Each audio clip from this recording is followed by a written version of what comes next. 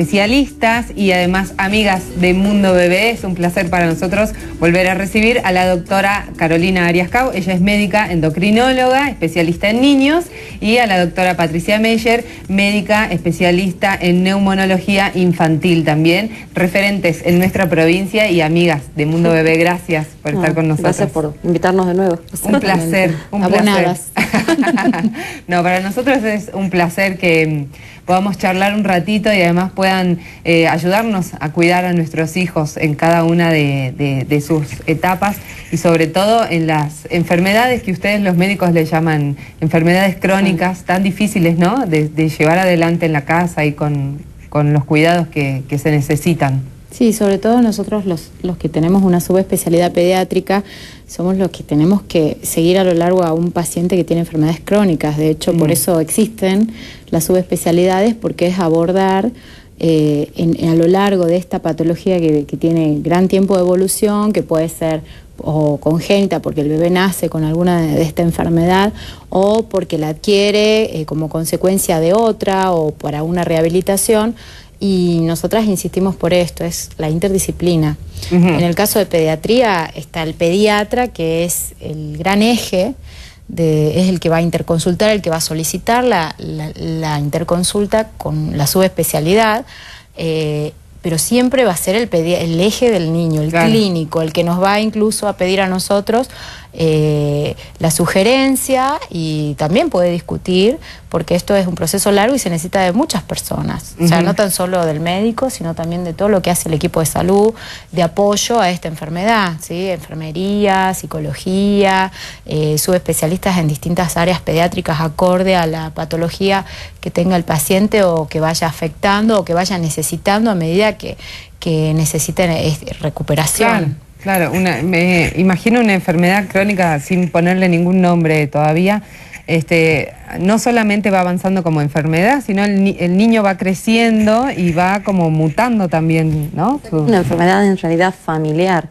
El hecho de tener un bebé al cual a la familia se le da el diagnóstico de una patología crónica es un cimbronazo para la familia, en donde hay que adaptarse a todos los cambios que esto lleva, adaptar la casa, adaptar el mundo de los otros hermanos que son los que sufren, ausencia por internaciones, ausencia por viajes, un niño que demanda más que el resto de los chicos, y que en realidad los otros hermanos también se ven afectados. Y en general vemos que en muchas de estas patologías la familia termina con separaciones, con problemas familiares, o sea que es una situación bastante difícil de sobrellevar, y un grupo de personas o de familias que necesita contención, no solo de la parte médica, sino de la parte legal, de la parte psicológica, o sea, todo un tema que una sola persona, un solo médico no lo puede llevar adelante, porque son muchos aspectos y muchas cosas chiquititas, y enfermedades que empiezan, por ejemplo, una afección neurológica, la afección neurológica no sigue avanzando, pero terminan falleciendo o terminan complicándose por enfermedades nutricionales, por enfermedades respiratorias,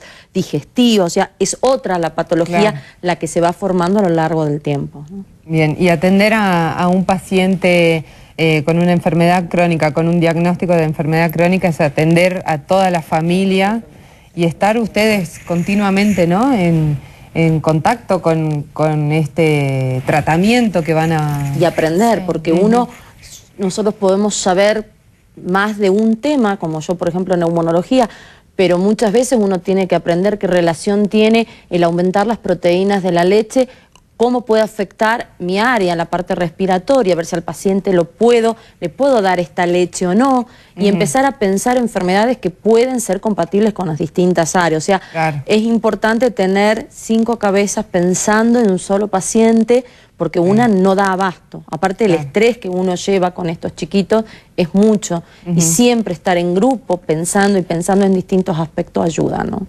Seguramente. Del otro lado de la mamá, nosotros, por eso, nosotras trabajamos en el hospital y tenemos un grupo, y la verdad que la satisfacción más grande que tiene uno, porque de repente decirle a una mamá, mire, tiene que consultar con el endocrinólogo, con el neumonólogo, con el nutricionista, y la mamá uno le termina de decir y es un shock, y es muy difícil hacerlo por fuera, desde el costo, que implica todo, desde la obra social, desde el costo tiempo, desde el costo casa, o acomodarse, conseguir turno, todo, ¿no? Coordinar. Entonces, nosotros pensando en eso ya hace 4 años que estamos trabajando 5, 6 años, en el Hospital de Niños, en un equipo interdisciplinario que, bueno, siempre, si bien el máter del grupo somos 4 o 5 personas, tenemos hecho el circuito para facilitar este gran despliegue que necesita una mamá para poder suplir todas las consultas y los aspectos que necesitan en la atención de su niño, porque aparte también es totalmente desgastante, ¿no? Para eso es recibir un diagnóstico de algo que por ahí no estaba previsto, no estaban preparados, y empezar a desandar un camino que va a ser largo, con un montón de gente que me va a ir diciendo cosas diferentes. También de parte del grupo, de la gente que forma este equipo, compromiso. ¿Cuál es el compromiso? ¿No existen paros? Siempre tiene que quedar alguien en el servicio, aunque sea una persona. Los pacientes tienen que tener los números de celulares para las urgencias, tener lugar de internación, si nos llaman nosotros responder, o sea, una serie de cosas que va tanto de parte de los papás, que ellos ponen el compromiso de cumplir el tratamiento y las indicaciones que se dan, como de parte nuestra, siempre haber alguien en el servicio para que este paciente sea asistido. Nosotros no hacemos paro, nosotros si hay un feriado que cae sin aviso, se cambia el turno y nos sobrecargamos nosotros. O sea, siempre estar para estos pacientes, ¿no? Y lleva mucho tiempo. Hasta la secretaria. Nuestra secretaria, que vale oro, es una genia, porque la verdad que ella incluso hasta en este tiempo que está con nosotros, aprendió como a jerarquizar la urgencia, o conoce los pacientes. Uno se acuerda de memoria, uno por ahí dice, ay doctora, ¿cómo se acuerda de memoria? Es que la verdad que son tantas policonsultas, y ellas son nuestra mano derecha, y creo que es la enfermería, la secretaría, es como un sustento muy importante para que funcione el equipo. Es la bisagra que necesitamos nosotros como para funcionar, porque es muy difícil todo lo que es administrativo, papeles, resúmenes de historias, las recetas, e incluso también todo lo que es gestionar la medicación de alto costo y de tratamientos largos, tanto a nivel hospitalario, que a veces no da abasto, o a través de las obras sociales, porque el hospital siempre termina supliendo a veces las tardanzas o quizás trastornos. Claro, el paciente no puede esperar por ahí, ¿no? Significa vida o muerte. Digamos, un paciente no puede esperar un nombramiento, no puede esperar que el que está de licencia vuelva, porque significa vivir o morir. Muchas veces dicen, ¿no? Es decir, esa es la urgencia nuestra. Nosotros no es que yo puedo esperar 2 meses, no, significa yo un paciente no lo puedo dejar sin comer. Y muchos de estos niños se alimentan a través de una sonda nasogástrica, motivo con el cual él no puede decir, bueno, hoy como arroz, mañana como fideo y mañana veré. No, tiene que comer porque es el único sustento que tiene. Entonces, que son pacientes muy especiales que llevan mucho tiempo y que no estamos acostumbrados, por lo menos en lo que es nuestra provincia, a la asistencia y a la cobertura de estos pacientes. Estos niños tienen que tener cobertura total porque los papás tienen muchísimos gastos. Muchísimos gastos. Entonces, y la urgencia de obtener la medicación en tiempo y en forma. Estos chicos no pueden esperar. Claro, no es una aspirina, ¿no? Es una medicación muy específica que necesitan realmente para continuar. Y esto de diagnosticarlo, acompañarlo continuamente, medicarlo, el avance de esta enfermedad o el bienestar, digamos, de este paciente, ¿va a ser de a poquito? ¿Cómo posicionan a los papás ahí? Cuando empezamos a atender este grupo, nosotros nos reunimos sobrepasadas por la asistencia de pacientes crónicos que tenían que ir a las 3 de la mañana a hacer cola para que les den turno, que no conseguían turno para el cardiólogo, para el neurólogo. Y se nos ocurrió hablar con la gente, es decir, la jefa de hospital de día, pedir prestado un consultorio y empezar a atender en conjunto con ellos, que nos da la posibilidad, si se tiene que internar, internarlo en hospital de día y tener una asistencia integral. A lo largo del tiempo nosotros hemos visto chicos que tenían entre 10 a 15 internaciones por año. Hoy por hoy, si han tenido una internación y muchas veces 0 internación, es decir, los pacientes pueden relatarte, yo hace 3 años, la última vez que me interné, y uno los ve más gorditos. Como hay pacientes que los papás tiene que prepararlos para el camino del fallecimiento del niño, lo cual también nos afecta a nosotros, o sea que es un camino en conjunto y no es fácil, y solamente ofrecerle un tratamiento paliativo, porque uno sabe cuál es el fin de estos niños, ¿sí? Entonces es todo un conjunto y aprender a enseñar a los papás que lo poquito que nosotros logremos mucho para este niño. Quizás haya un niño que nosotros no logremos ni que camine ni que vaya a la escuela, ¿por qué? Porque es un niño con un daño neurológico severo, pero simplemente el hecho de que el niño sonría a la mamá o fije la mirada o tenga respuestas con cosas que uno le pide es suficiente para la mamá, es una gratificación muy grande. Como tenemos aquellos grupos de papás que uno le ofrece, explicándole que una traqueotomía o una sonda nasogástrica va a beneficiar y se niegan a esto porque tienen un mundo propio creado, también es muy difícil trabajar porque legalmente no hay nada específico que nos diga, no, los padres están obligatorios. Es muy difícil, es una línea muy delgadita en la cual uno tiene que aprender no solamente en medicina, sino en dónde estamos parados legalmente y estos papás, porque no queremos sacar al niño del ámbito familiar. Entonces, es un tema bastante complicado y que creo que Jujuy todavía no está 100% preparado para el manejo de este tipo. No, tenemos todavía por ahí muchos avances en especialidades, en medicina, ¿no? Y mentalmente hay todavía un atraso, ¿no? Lo que pasa es que vos puedes tener, que es lo que un poco nos pasó a nosotros. Nosotros nos fuimos, nos formamos, uno se superespecializa, está en hospitales quizás de alta complejidad, en donde este tipo de pacientes es el paciente diario, y de repente volver, uno siente que hay como una distancia entre donde estamos y cómo puedo llegar a cortar esa distancia entre el paciente de la familia, el pediatra y el especialista. Y a veces requiere de tiempo. Nosotros hace un montón que estamos trabajando con esto y la verdad que después de casi 5 años uno puede decir realmente se están logrando cosas que a veces son más pequeñas, a veces son más grandes, pero la respuesta está en decir pacientes problemas que a veces, como dice Patricia, se vivían internando o no podían asistir, porque uno tiene que hacer todo ese circuito de logística, o sea, darle el turno al paciente para que puedan estar todos los profesionales que necesitan ver a ese niño en todos los distintos aspectos, desde el cardiólogo, neurólogo, cirujano, hacerle estudios por imágenes, lo que fuere, hasta ver cómo ese paciente va a llegar ese día. Quizás nosotros también hay pacientes que son habituales del hospital de día, que se internan para hacerse medicación habitual o para hacerse controles habituales o evaluaciones habituales.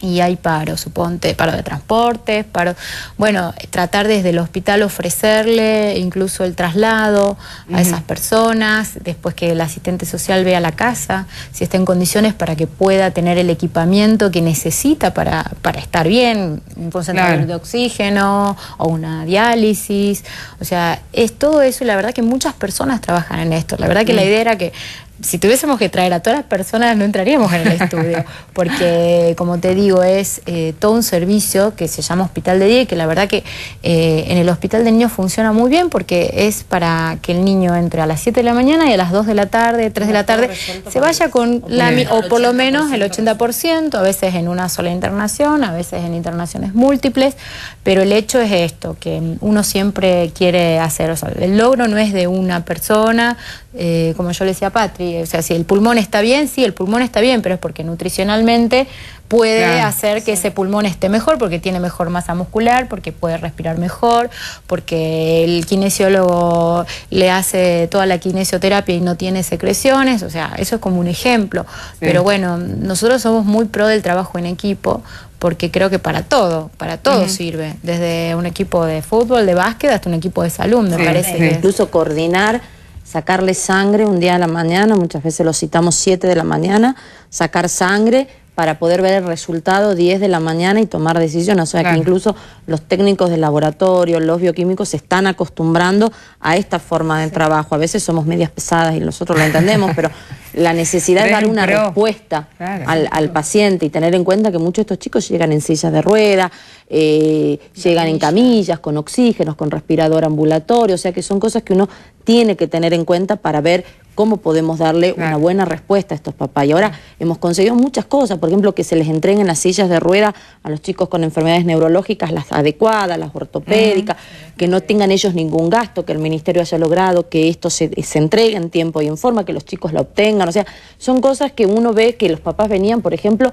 con los chicos alzados, chicos de 20, 30 kilos, una mamá que se baja de un colectivo, que el colectivero no le tiene paciencia para bajarse y bajar los bolsos. Muchas veces se han perdido bolsos, se han perdido estudios. Entonces, todas estas cosas que uno va logrando a través del asistente social o, por ejemplo, las maestras domiciliarias, cosas que uno ha ido logrando y que van dando resultados. El no tener que ir a pelear por medicación, el simplemente pedir a la farmacia y que la farmacéutica diga si hay o se hace el pedido y yo sé que en una semana, más tardar 15 días, la medicación la tengo. Claro. Es decir, cosas que se han ido acostumbrando y que se están aceitando y que hoy el hospital está respondiendo incluso por pacientes que tienen obra social y la obra social no está respondiendo. Entonces, es un gran logro, un logro para el hospital de niños. Esto no lo teníamos y pensar que ahora está es fantástico, ¿no? Y está buenísimo que toda la sociedad lo pueda tener, ¿no? Porque ustedes bien lo decían, es en pro de un paciente, un montón de gente se aboca a trabajar sobre esto y está bueno también así que las autoridades, las obras sociales también lo puedan entender de esa manera. Y ustedes ponían el ejemplo recién, qué importante esto también del asistente social o de los agentes sanitarios por ahí que puedan ver qué está pasando en casa, porque pueden ustedes ponerle el alma al tratamiento y no funciona porque por ahí en casa está fallando algo, ¿no? No sé, claro, exactamente. No, porque quizás también el paciente viene del interior y, por ejemplo, viene de Tilcara y a través, cuando se va el paciente, de hacerse todos los controles, de indicar un tratamiento, el seguimiento se hace a través de lo que se llama articulación y a través de la gente que está en primer nivel de atención, el agente sanitario, el médico clínico, los visitadores sociales.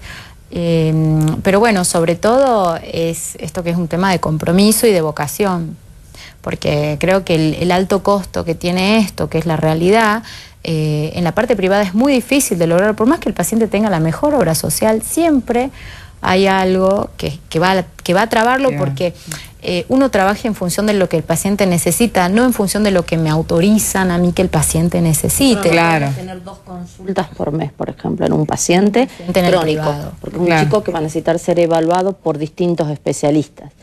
Y se queda en la mitad. Estudio anual. Exactamente, digamos. O sea que son chicos, muchas veces nosotros lo absorbemos directamente en el hospital y lastimosamente el hospital termina cubriendo, que no tendría que ser la obra social, se tendría que hacer cargo. Claro. Obra social lo prepaga, como se llame. Pero bueno, hoy por hoy nuestra realidad, la realidad del hospital, que hemos logrado que el hospital funcione, que funcione bien, que el paciente tenga todo lo que necesita, peleándola con retrasos, buscando las mejores opciones, muchas veces con donaciones por parte de otros pacientes o por parte del laboratorio. O sea, mucha gente que se callada va, deja, y eso a nosotros nos ayuda muchísimo, muchísimo para este tipo de niños, ¿no? Bien, es un grupo que deja de lado también el orgullo médico, ¿no? El médico habitualmente es el que tiene la palabra, el diagnóstico correcto. Siempre discutir en base a lo que es lo mejor para el paciente, porque por ahí a nosotras nos ha pasado que muchas veces hemos tenido diferencias y las conductas han sido escuchando a todos escuchando todos los aspectos, porque por ahí cada una defiende lo suyo, pero... Claro, no, y uno aprende del otro también. Claro. Porque a veces pensar solo... Es una parte. Claro, es una parte. Y a veces uno necesita escuchar a la otra persona que te diga, che, podés tener razón o estás equivocada, lo miremos desde el otro aspecto. O hagamos una interconsulta a una tercera persona que nos dé una idea de qué es lo que está pasando, o a mí no me parece. Es decir, uno no sabe todo. Digamos, nosotros muchas veces este tipo de paciente lo estamos derivando a Buenos Aires y después cuando vuelve con el diagnóstico dice, che, mirá, teníamos razón.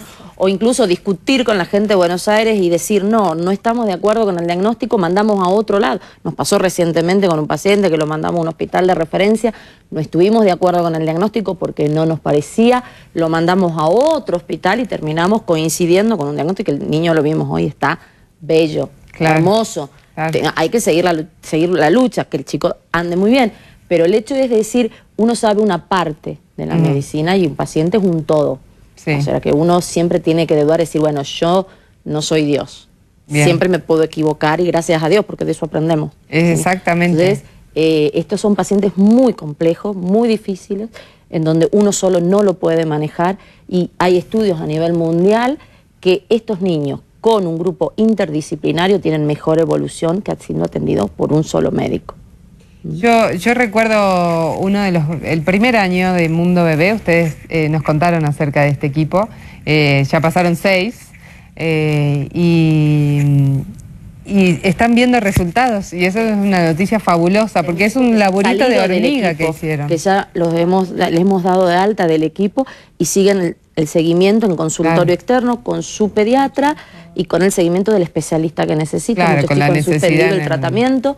Estamos ampliando ahora el margen de equipo, hemos ampliado el equipo de obesidad y estamos creciendo el equipo con APACE, o sea, enfermedades poco frecuentes, estamos creciendo. El tema que, bueno, somos pocos, nos faltan días en realidad, y faltan especialistas que vengan a ayudar a hacer las otras ramas de la especialidad. Entonces, igual están llegando, porque son pocos, pero se la bancan, pero es que ha habido mucho recurso humano formado que está volviendo, lo cual viene bárbaro, porque nos ha ampliado también a nosotros el margen de conocimiento y la posibilidad de consultar y tener una segunda opinión.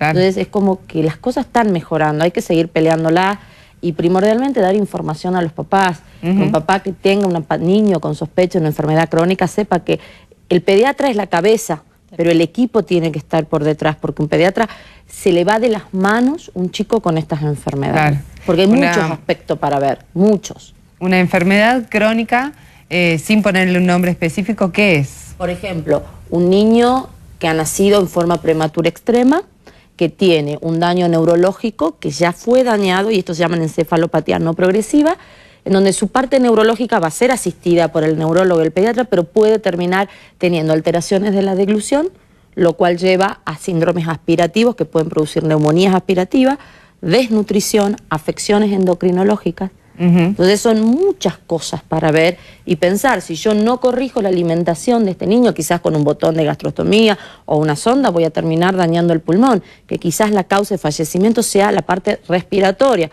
pero porque no he prevenido tempranamente las otras causas. O sea que es un conjunto de enfermedades que puede ser una enfermedad secuelar, como la del prematuro, o enfermedades congénitas, por ejemplo la fibrosis quística, o por ejemplo las enfermedades de Duchenne, o las otras patologías, las causas endocrinológicas que puede haber de otros niños. O sea que uno tiene que ver, son patologías que tienen afectados distintos órganos.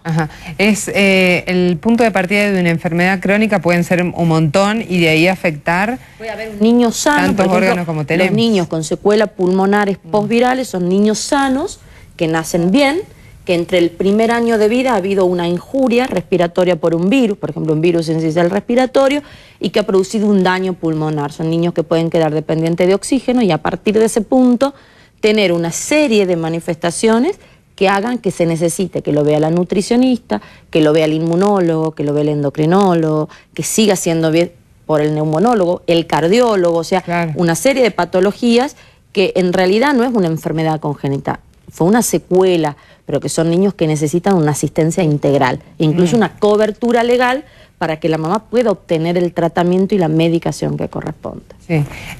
Una enfermedad crónica va a ser para toda la vida, con sus altas y bajas. En general son enfermedades que no se curan.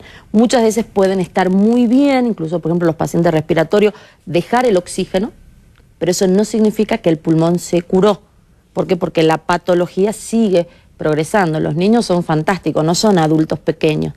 El pulmón del niño crece junto con su cuerpo, o sea que muchas veces yo puedo mejorar, pero yo sé que ese niño, su pulmón, cuando llegue a adolescente o adulto, no va a ser un pulmón normal.